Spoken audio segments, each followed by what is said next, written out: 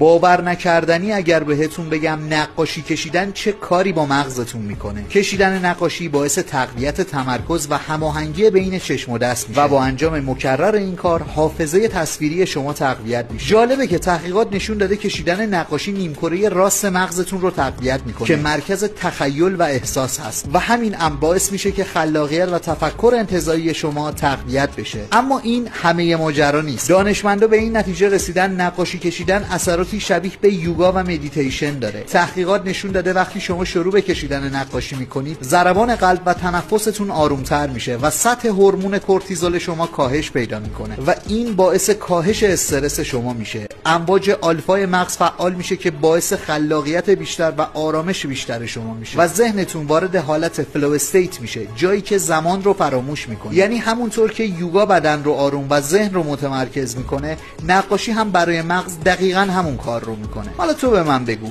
یوگا بهتره یا نقاشی کشیدن؟